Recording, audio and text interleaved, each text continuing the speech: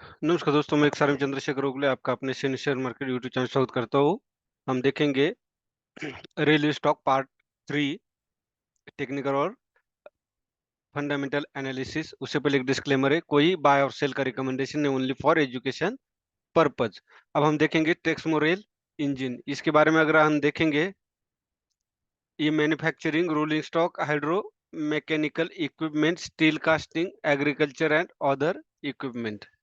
ये हो गया। इसका पी रेशियो 105, बहुत ज्यादा। Price to book ratio 5 time. Small cap 7,201 crore का इसका कैपिटल है। फाइनेंशियल देखेंगे इसका।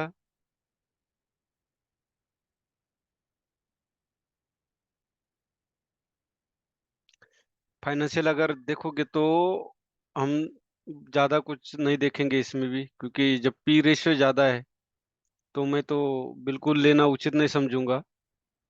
नेट इनकम इसकी बढ़ती गई है अगले दिसंबर का बाकी, लेकिन यहाँ नेट इनकम अप डाउन ही देखो, 12, 18, 12, 24। ये हो गया बैलेंस शीट। बैलेंस शीट में अगर आपका करंट एसेट और करंट लायबिलिटीज है, करंट लायबिलिटीज कम है, फिर नॉन करंट एसेट और नॉन करंट लायबिलिटी कम है। कैश फ्लो में हम देखेंगे निगेटिव है, फ्री कैश फ्लो निगेटिव है। Change in working capital limited, change in cash negative है। अब सीधा होल्डिंग में चलेंगे, ज्यादा वेस्ट नहीं करेंगे, बहुत बड़े बड़े वीडियोस बन रहे हैं। होल्डिंग में देखो, यहाँ भी प्रोमोटर्स ने 8.5% कम किया।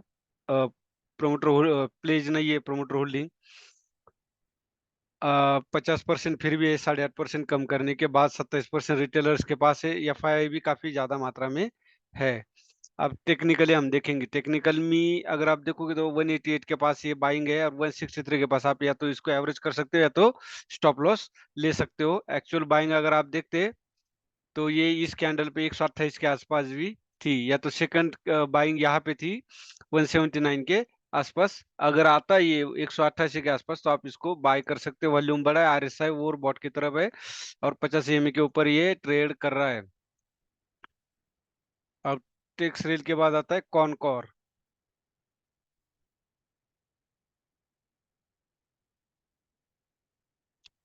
Container corporation.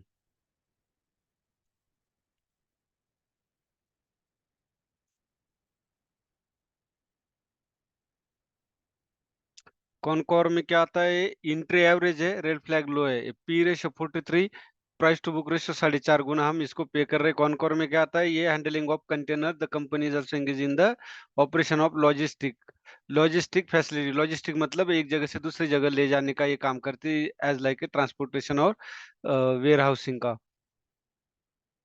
अब इसमें फाइनेंशियल हम देखेंगे,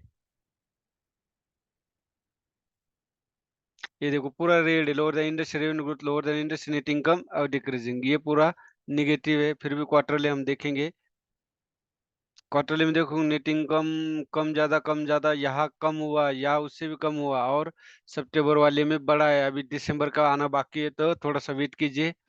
टेक्निकल फिर भी हम देखेंगे कहाँ पे सप्लाई और डिमांड जोन है। बैलेंस शीट आप देख सकते हो।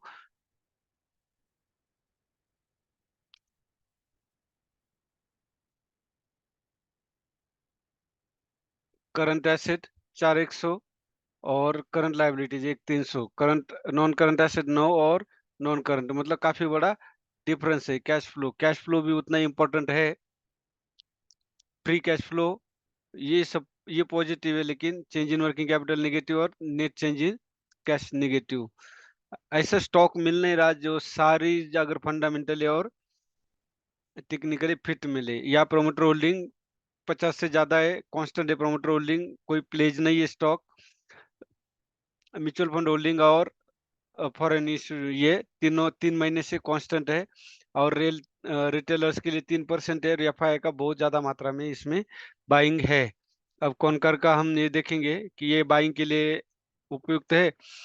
तो बाइंग के लिए अगर आप इसको करंट प्राइस पे लेते हो, यहाँ पे आपको दिखाता हूँ 57 पॉइंट का स्टॉप लॉस है और 168 पॉइंट का ये टारगेट आता है। ये हार्मोनिक एबीसीडी पैटर्न के नुसार तो आप करंट प्राइस में भी खरीद सकते हो, या तो 816 के आसपास आता है तो बाय करो, अदरवाइज 933 के ऊपर ये ब्रेक करके एक बार करेक्शन देगा, पुल बैक देगा, तभी आप इसको बाय कर सकते हैं। अगर हैमर, डोजे और स्टार कैंडल होगा तो अपनी फेवरेट कैंडल है। ये हो गया कॉनकोर का टेक्निकल एनालिसिस। और इसमें क्या है, आरएसआई देखो, आरएसआई या डाउन डाउन की तरफ दिख रहा है, और 50 EMA के ऊपर ही काम कर रहा है, लेकिन 50 EMA से काफी दूर गया है, ये देख सकते हो। तो आप थोड़ा सा इसको कंसोलिडेट या तो करंट प्राइस में खरीदते हो तो जो मैंने क्राइटेरिया बताया उसी को फॉलो कीजिए। अब आता है BML, भारत हर।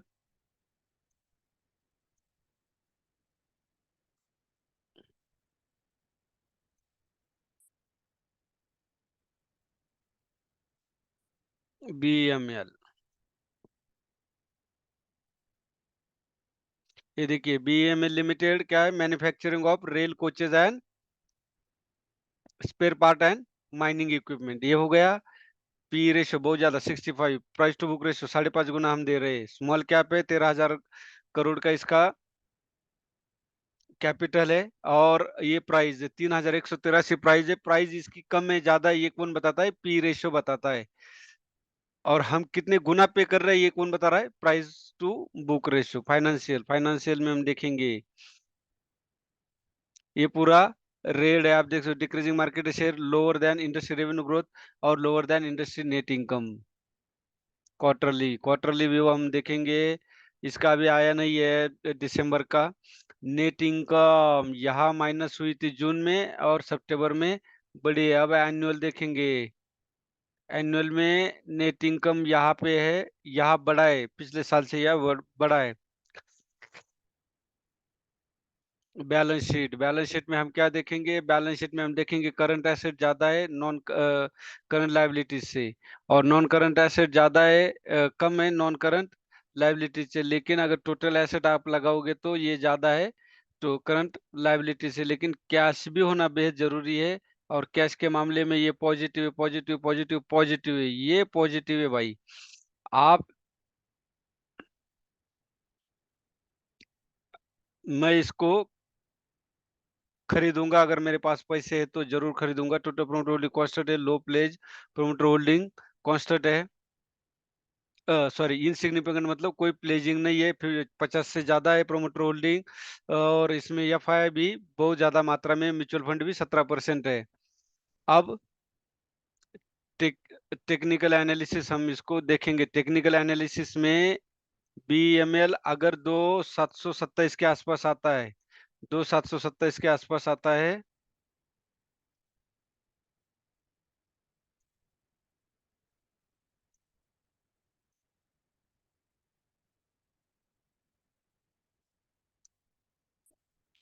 2,727 के आसपास अगर आता है तो आप इसको बाय कीजिए, क्योंकि इसकी एक्चुअल बाइंग जो थी वो यहीं पे थी। आप देख सकते हो करेक्ट 5.5% का जो फिबोनाची का गोल्डन रेशियो है, वहां तक रिट्रेसमेंट दिया, जिसको हम पुल बैक बोल सकते, करेक्शन बोल सकते हैं। तो इसकी बाइंग जो थी 12084 की थी, अभी 1000 पॉइंट, ये 1000 नहीं 1200 पॉइंट ये अब ट्रेड कर रहा है। तो अगर आपको बाइंग करनी है तो 2727 के आसपास इसको करेक्शन होने दीजिए, तभी बाई कीजिए। वॉल्यूम भी कम हुआ है, आरएसआई ओवरबॉट जोन में 50 EMA के ऊपर बाय कर ट्रेड कर रहा है। ये हो गया बीएमएल। अब हमारा नेक्स्ट ट्रेड है भेल। ये सारे लोग जानते हैं भेल के बारे में, काफी लोगों की इस पे नजर थी।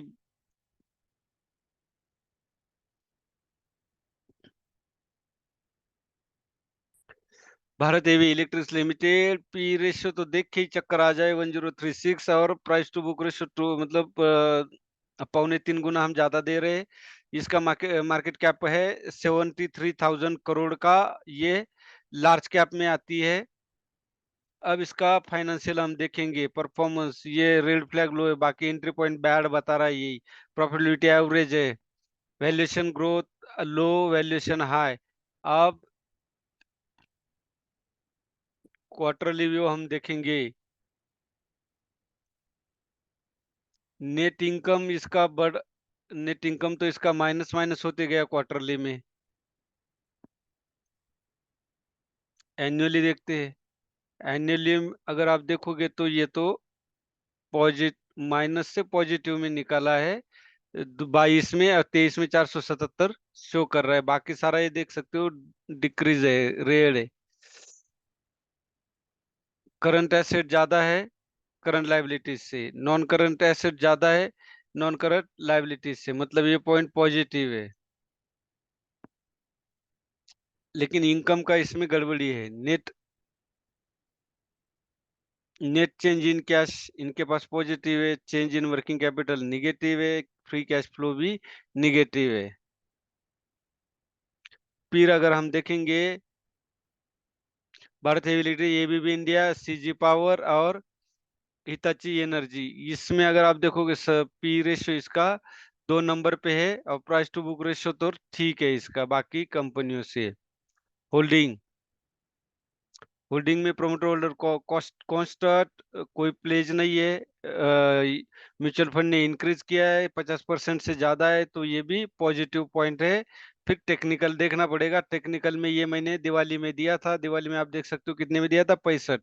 अब ये हो गया 219, 3 गुना, 3.25 गुना ये बढ़ चुका है। अभी इसको बाय करना था तो यहीं पे बाय करना था 132, अभी काफी ऊपर गया है तो कंसोलिडेशन का इंतजार कीजिए कोई,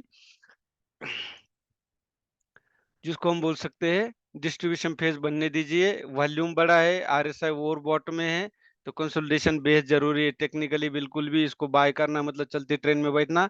स्टॉप लॉस आपका 113, इतना बड़ा स्टॉप लॉस लोगे तो मुश्किल हो जाएगा। अब आ गया ये आर इंफ्रा, ये आर एस एस, ये आर एस एस आई, ये इसमें भी हम चेक करेंगे।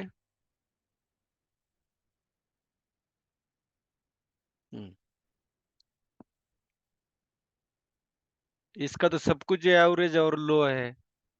ये कंपनी आती है, ये R S S infrastructure project limited is a company engage in the execution of contract of various infrastructure project including road work, bridge work और रेलवे ट्रैकिंग। ये हो गया इनका काम। इनका 56 करोड़ का ही कैप है और 3030 रैंकिंग है, स्टॉक इज रैंक्ड 3030। और ये स्मॉल कैप है। फाइनेंशियली हम देखेंगे इसका क्वार्टरली, क्वार्टरली में नेट इनकम इसका निगेटिव है, सितंबर में थोड़ा सा पॉजिटिव नजर आ रहा है। एनुअल में हम देखेंगे,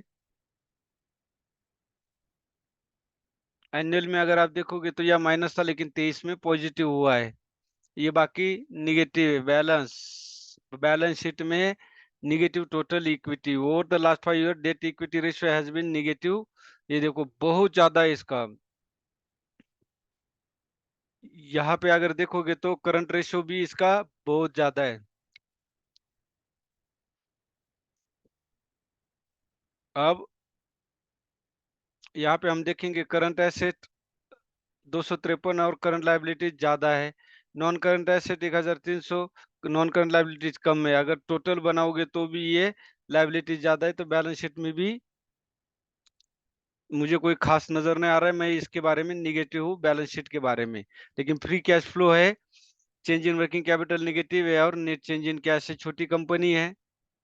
फिर कंपैरिजन में हम देखेंगे किसके साथ कंपेयर करते हैं। ARSS infra, Larsen and Toubro, JMR infra, IRB infra. इसमें अगर आप देखोगे तो एआरएसएस का पी रेशियो सबसे कम है और प्राइस टू बुक रेशियो इसका माइनस है, मतलब ये बिल्कुल सस्ते दाम में हमें मिल रहा है। लेकिन इसका अगर आप देखोगे तो ग्रोथ नहीं है, उतना होना चाहिए।